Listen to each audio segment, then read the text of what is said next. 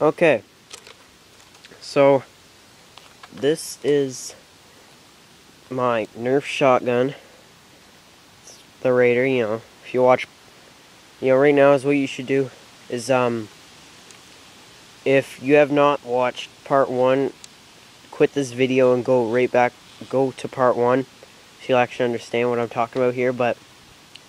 this is the shotgun painted, so,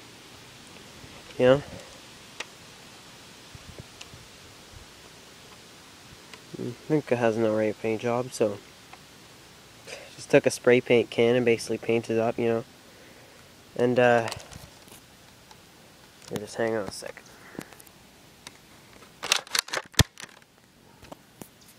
You see it's painted under there too,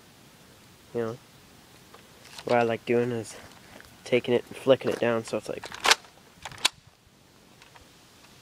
so then you flick it down hard enough it'll come back up, and then you can just, and yeah, thanks for watching.